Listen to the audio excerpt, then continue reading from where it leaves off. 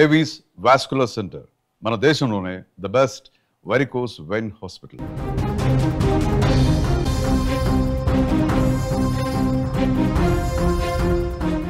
అమెరికాలో దారుణం చోటు చేసుకుంది. భారత సంతతి వ్యక్తి దారుణ హత్య గురయ్యాడు. కత్తితో నరికి చంపాడు సహోద్యోగి.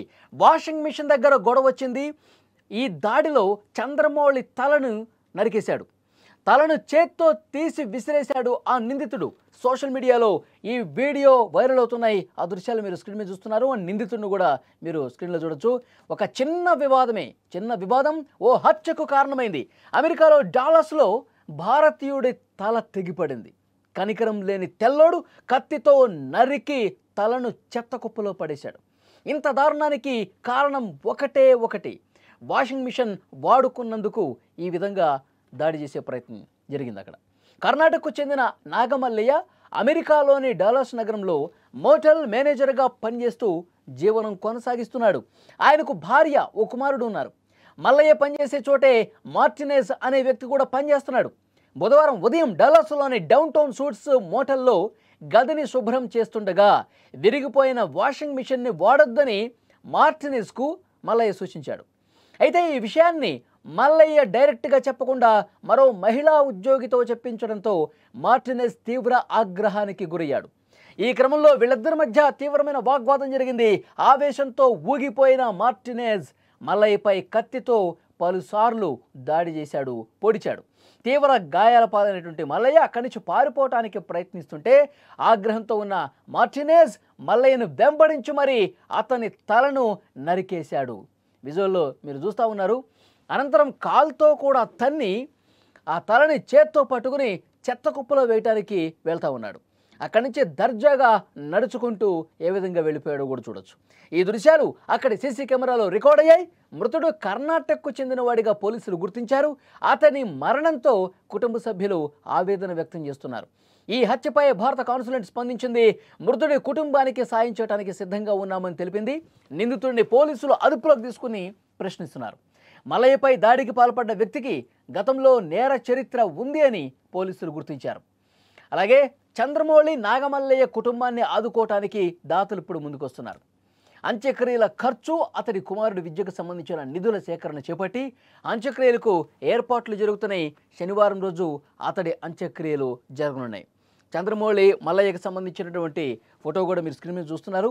కేవలం ఒక వాషింగ్ మిషన్ దగ్గర వచ్చినటువంటి గొడవ. ఇద్దరు ఒకే హోటల్లో పనిచేస్తున్నటువంటి వ్యక్తులు. అంటే తెల్లోడి జాత్యహంకారం చూడండి. అహంకారంతో అతను ఎంత దుర్మార్గానికి, ఎంత దారుణమైనటువంటి పనికి తెగబడ్డాడు చూడండి. అంటే ఎంత కోపం వచ్చినా అక్కడ గొడవ పెట్టుకొని దాన్ని క్లోజ్ చేయాలి. అంతేగాని పదునైనటువంటి కత్తి తీసుకొని ఎంత దారుణంగా తలను నరికి చంపాడంటే ఇక్కడ విషయం అర్థమైపోతుంది. అదే అతను కూడా తెల్లవాడైతే ఇంత దారుణంగా చంపేవాడా? ఇది ఖచ్చితంగా జాతి అహంకారం కనిపిస్తోంది. వేరే వాళ్ళు ఎవరూ కూడా ఇక్కడ ఉండొద్దు, ఇక్కడ పనిచేయద్దు, మాతో మీరు సమానంగా ఎలా ఉంటారు అన్న ఒక జాతి అహంకారం అతనిలో కనిపించింది. అతను నాగమల్లయ్య భార్య, కుమారుడు ఉండగానే వాళ్ళ కళ్ళ ముందుటే ఆ హోటల్లో ఉన్నటువంటి ఒక ఉద్యోగి అదే హోటల్లో పనిచేస్తున్నటువంటి చంద్రమౌళి నాగమల్లయ్యని దారుణంగా చంపేశాడు. ఇక్కడ ఆ వాషింగ్ మిషన్ని వాడద్దన్న క్రమంలో వాగ్వాదం జరిగింది. ఆ భాష విషయంలో కొద్దిగా ఇబ్బంది ఏర్పడితే ఒక పక్కన ఉన్న ఒక మహిళకి చెప్పాడంట, అతనికి అర్థమయ్యే విధంగా చెప్పండి, ఈ వాషింగ్ మిషన్ సరిగ్గా పనిచేయట్లేదు, ఇది పాడైపోయింది, దీన్ని వాడద్దు అని ఆమె ద్వారా చెప్పించే ప్రయత్నం చేశాడు. అంటే ఇతను నేరుగా నాతో మాట్లాడకుండా ఆ అమ్మాయితో ఎందుకు చెప్తా ఉన్నాడు, ఆ అమ్మాయికి ఎందుకు లేనిపోనివన్నీ కల్పించి చెప్తున్నాడని చెప్పి విషయం తెలుసుకోకుండా పూర్తిగా ఆగ్రహంతో ఊగిపోయి దాడి చేశాడు. ఒక పదునైనటువంటి కత్తి తీసుకొని గాయపరిచాడు ముందుగా. ఇక ప్రాణభయంతో చంద్రమౌళి నాగమల్లయ్య అక్కడి నుంచి పారిపోయే ప్రయత్నం చేశాడు. అక్కడ అతని ఫ్యామిలీ కూడా హోటల్లోనే ఉన్నారు, ఫ్రంట్ ఆఫీసులో ఉన్నారు. ఈ గొడవ జరుగుతుంటే అతను ఆపే ప్రయత్నం చేశారు. ఈ మార్టినేజ్ అనేటువంటి ఈ తెల్లోడిని జాత్యహంకారంతో రగిలిపోతున్నటువంటి ఈ వ్యక్తిని ఆపే ప్రయత్నం చేశాడు, కానీ ఆగల. ఆ కత్తి తీసుకుని వెంట పడ్డాడు. అదే హోటల్లో చాలా దారుణంగా మెడ మీద కత్తి పెట్టి బలంగా నరికేసరికి మొండెము తల వేరైపోయినటువంటి ఆ తలని 2 సార్లు కాలుతో తన్నాడు. ఒక్కసారి స్క్రీన్ మీద దృశ్యాలు కూడా మీరు చూడొచ్చు. సీసీ ఫుటేజ్లు అక్కడ రికార్డ్ అయ్యాయి. కాలుతో తన్ని జుట్టు పట్టుకొని మళ్ళీ ఆ తల తీసుకుని చెత్త కుప్పలో పారేయటానికి వెళ్తా ఉన్నటువంటి దృశ్యాలు కూడా కనిపిస్తూ ఉన్నాయి. ఎంత దుర్మార్గమైనటువంటి దాడి చూడండి, ఎంత దారుణమైనటువంటి విషయం ఇది. నిజంగా కుటుంబం అంతా రోధిస్తోంది. కళ్ళ ముందు తన భర్త దారుణ హత్యకు గురవటం చూసి ఇంకా షాక్ నుంచి తేరుకొని పరిస్తుంది. మార్టినేజ్ ఇంకా కోపంతో రగిలిపోయి ఆయన కత్తితో దాడి చేయడమే కాకుండా తలను నరికి ఆ మండవి నుంచి తలను వేరు చేశాడంటే ఎంత దుర్మార్గం చూడండి. మార్టినేజ్ అనేవాడికి గత చరిత్ర పూర్తిగా ఒక క్రిమినల్ బ్యాక్గ్రౌండ్ ఉందని తెలుస్తోంది. పోలీసులు అక్కడ ఉన్నవాళ్ళు ఇన్వెస్టిగేట్ చేస్తుంటే అతను గతంలో కూడా ఎన్ని దుర్మార్గాలు ఎన్ని క్రైమ్లు చేశాడన్నది కూడా లిస్ట్ మొత్తం బయటకు వస్తూ ఉంది.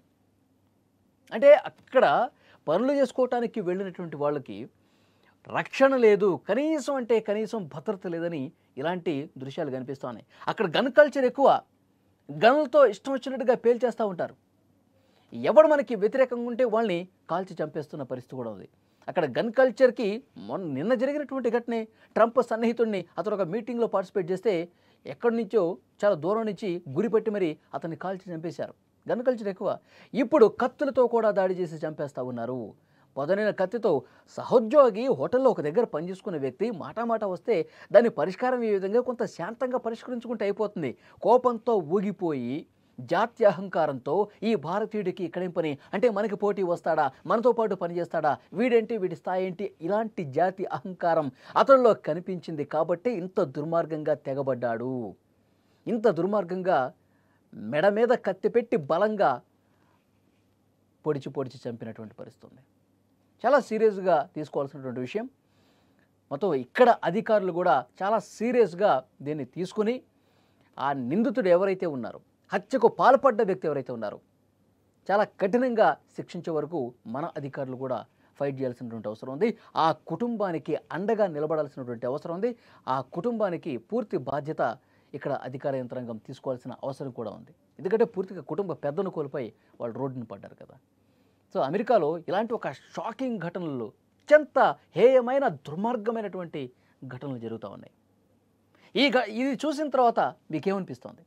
అమెరికాలో పనిచేస్తున్నటువంటి క్రమంలో ఒక తెల్ల జాతీయుడు మన దేశానికి సంబంధించిన వ్యక్తిని అత్యంత దారుణంగా క్రూరంగా తల నరికేసి పడేయటం అనేది ఎంత దుర్మార్గం. కేవలం జాతి అహంకారంతోనే చేశాడా, ఏదో పగబెట్టుకునో కక్ష పెట్టుకునో కాదు. ఈ జాతి అహంకారం కారణంగానే అతడు చంపి ఉంటాడని అనిపిస్తుంది. మీరేమంటారు? కామెంట్ రూపంలో తెలియజేయండి.